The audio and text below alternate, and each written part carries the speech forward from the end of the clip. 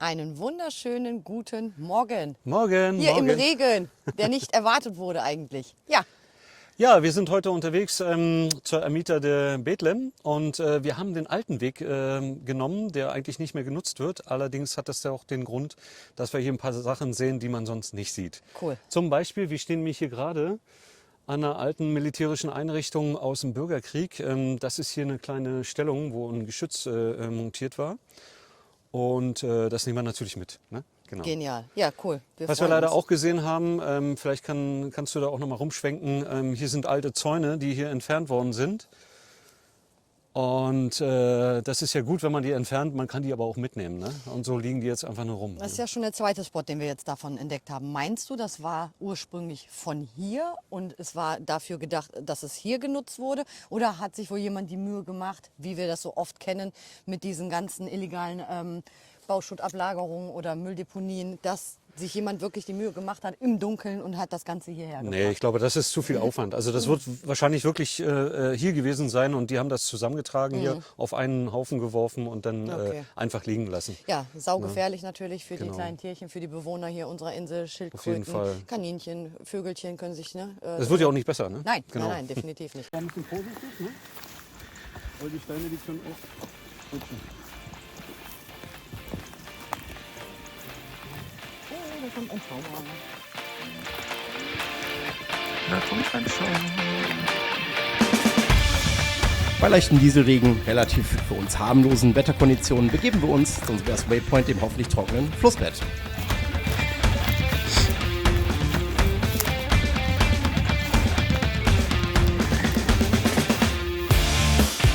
Wie unser lieber Bengt eingangs erwähnte, befindet sich dieser Weg hier etwas abseits des normalen, regulären Wanderweges. Von daher hat sich die Natur ein wenig das Ganze zurückerobert hier und wir fühlen uns aber trotzdem wohl, denn wir lieben das Abenteuer und die Natur.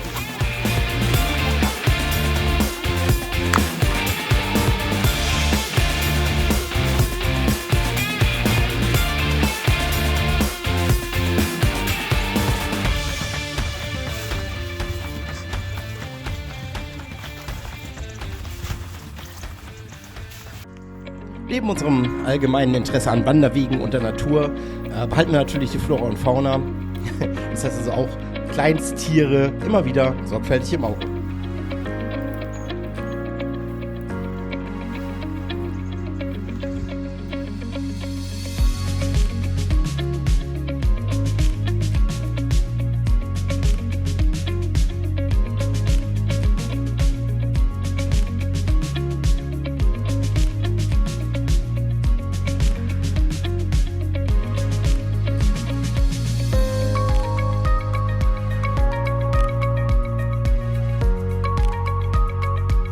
Nach kurzer Zeit erreichen wir unseren ersten Waypoint und können glücklicherweise berichten, dass wir keinerlei Verschmutzung der Natur vorgefunden haben.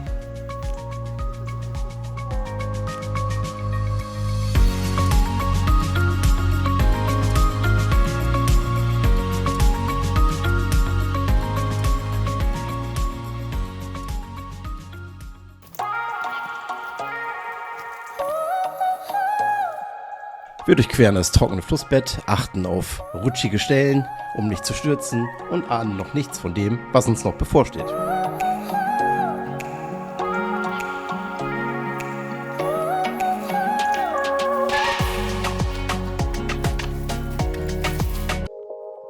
Nach dem Durchqueren des Flussbetts begeben wir uns zu unserem nächsten Waypoint, dem Balancieren in unangenehmen Höhen.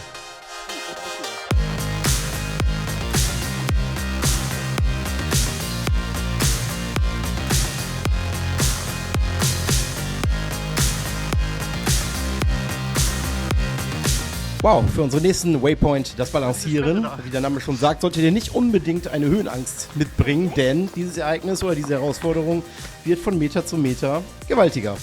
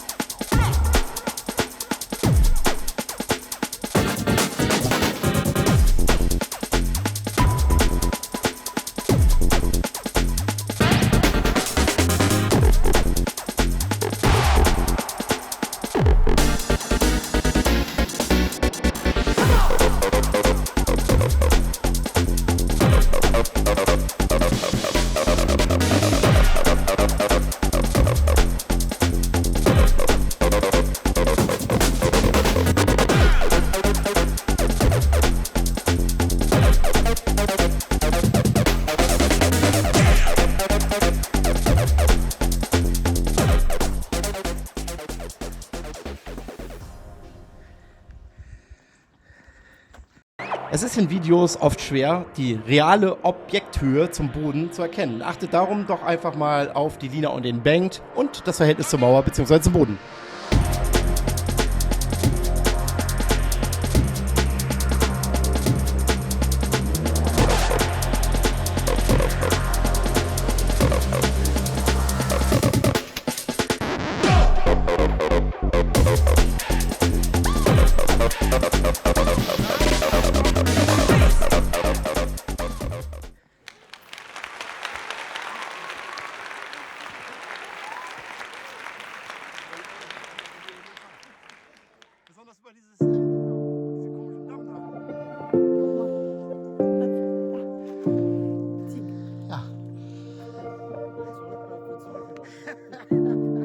Nachdem uns die Faszination des letzten Waypoints immer noch ein wenig in den Knochen steckt, setzen wir in atemberaubender Natur zwischen den Bergen unseren Weg zur Quelle der Amita weiter fort.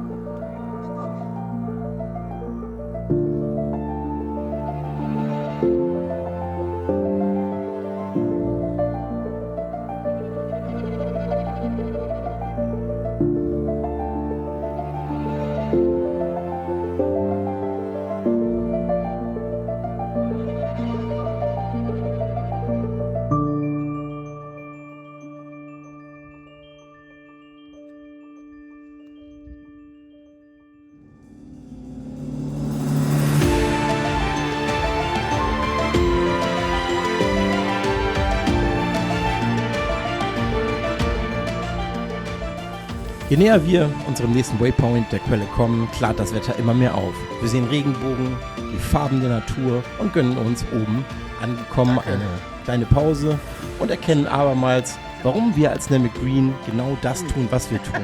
Wir genießen die Momente und die wunderschöne Natur.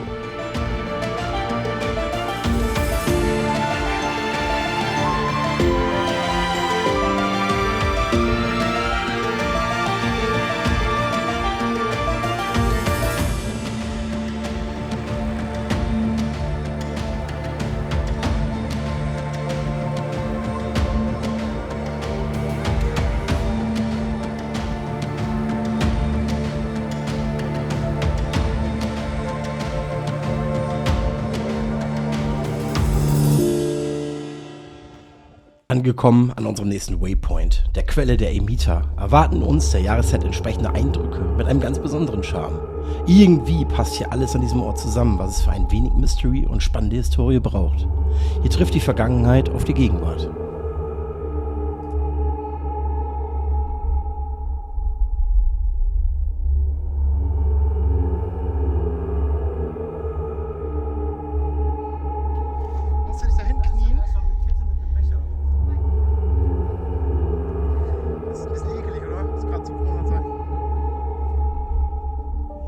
Nachdem wir die Quelle der Amita hinter uns lassen, machen wir uns auf den kurzen Weg zur Amita, der Amita de Bethlehem.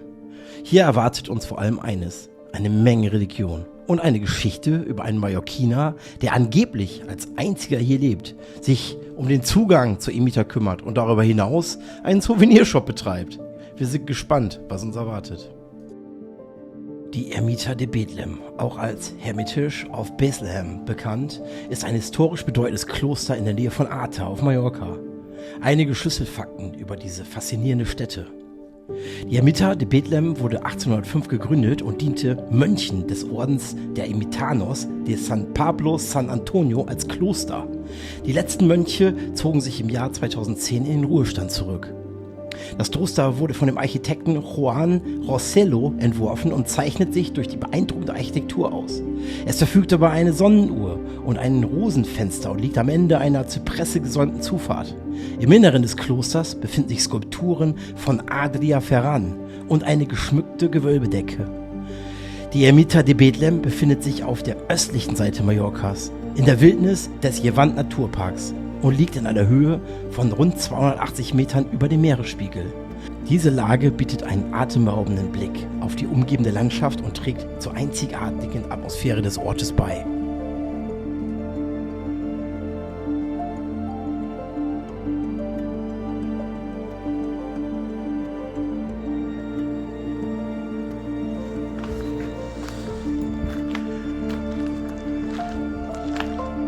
Jahr haben wir ungläubig feststellen müssen, dass offensichtlich Besucher der Emitter einen hinteren Teil als Müllablage genutzt haben. Fragt euch mal bitte, wie Menschen ticken müssen, die ihren Müll nach einer Besichtigung einfach hier abwerfen. Dummheit, Ignoranz und Respektlosigkeit sind offenbar grenzenlos.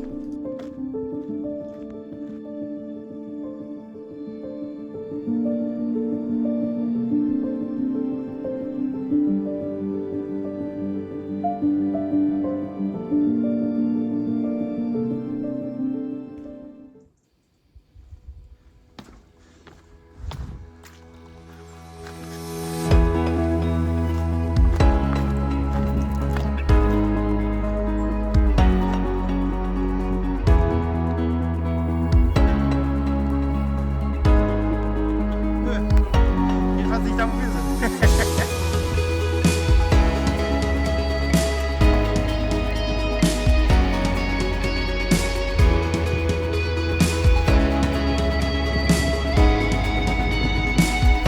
Was für ein gelungener Track und ein neuer Check auf der Namib Green Hiking To-Do-Liste.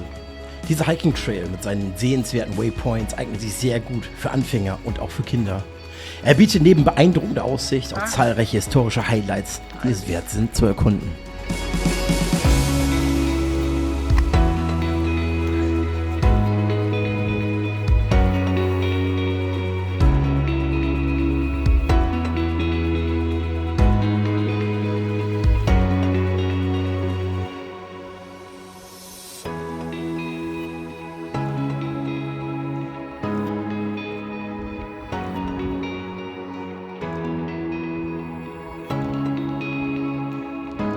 An dieser Stelle vielen Dank ans Namib Green Team rund um Lina und Bengt. Bengt als Planer und Organisator dieses Hiking Trails mit an Bord zu haben, motiviert und macht Laune auf mehr.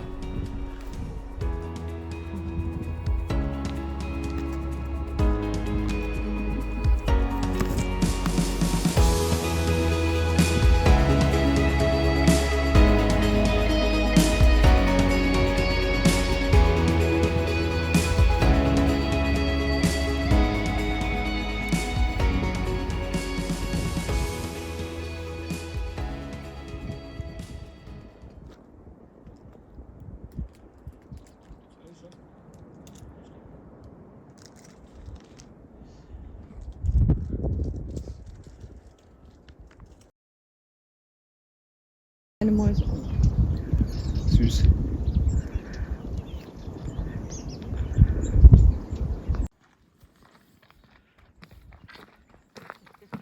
Wir ernähren uns von Johannesbrot. Ja, deswegen sieht er auch so aus.